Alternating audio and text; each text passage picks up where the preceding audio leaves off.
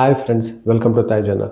Present Allu Arjun గారు ఇంత పెద్ద స్టార్ అవ్వడానికి కారణం ఏంటంటే ఎవరైనా చెప్పేది పుష్ప చిత్రం అనే కదా.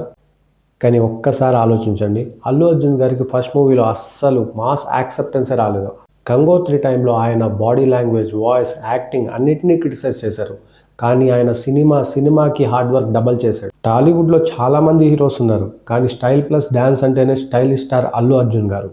అల్లు అర్జున్ గారి మూవీస్ని ఒక్కసారి రివైండ్ చేసుకుంటే వేదం one of the cult movies అండి. కానీ ఆ టైంకి రావాల్సిన మూవీ అయితే కాదు. ఎలా పవన్ కళ్యాణ్ గారు ట్రెండ్ సెట్ చేస్తారో అలాగే అల్లు అర్జున్ గారు కూడా ట్రెండ్ సెట్ చేసిన మూవీస్ ఉన్నాయి.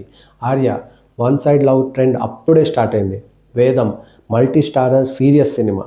పుష్ప స్క్రిప్ట్ విన్నప్పుడు అందరూ డౌట్ పడ్డారంట, అసలు ఈ స్లాంగ్ వర్కౌట్ అవుతుందా లేదా అని.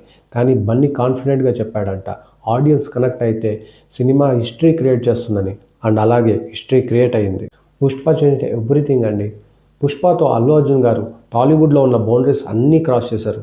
ఇప్పుడు ప్రజెంట్ బాలీవుడ్లో పుష్ప అంటే మామూలు క్రేజ్ కాదు. అలాగే ఈ చిత్రానికి ఆయన నేషనల్ అవార్డు కూడా అందుకున్నారు. పుష్ప కోసం బన్నీ గారు 6 months walking style, body language, hand movement, eye expression అన్నీ స్పెషల్గా డెవలప్ చేసుకున్నారు. సూపర్ స్టార్ అంటే స్క్రీన్ మీద క్యారెక్టర్ కనిపించాలి, హీరో కనిపించకూడదు.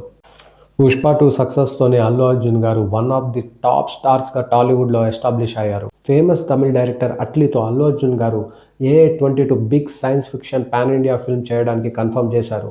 ఇది సన్ పిక్చర్స్ బ్యానర్లో ఉంటుంది.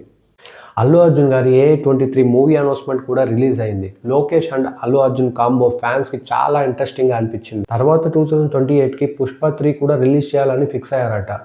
సో నెక్స్ట్ ఫ్యూ ఇయర్స్లో అల్లు అర్జున్ గారికి హ్యూజ్ లైనప్ ఉంది. ఎస్పెషల్లీ AA22, 23 అన్ని బ్లాక్ బస్టర్ హిట్స్ అయితే మాత్రం నిజంగా అల్లు అర్జున్ గారు తగ్గేదేలే. సో గైస్, ఈ విషయంలో మీరేమనుకుంటున్నారు? కామెంట్ సెక్షన్లో మిమ్మల్ని ఎక్సైట్ చేసే అప్కమింగ్ ప్రాజెక్ట్ ఏంటని చెప్పండి.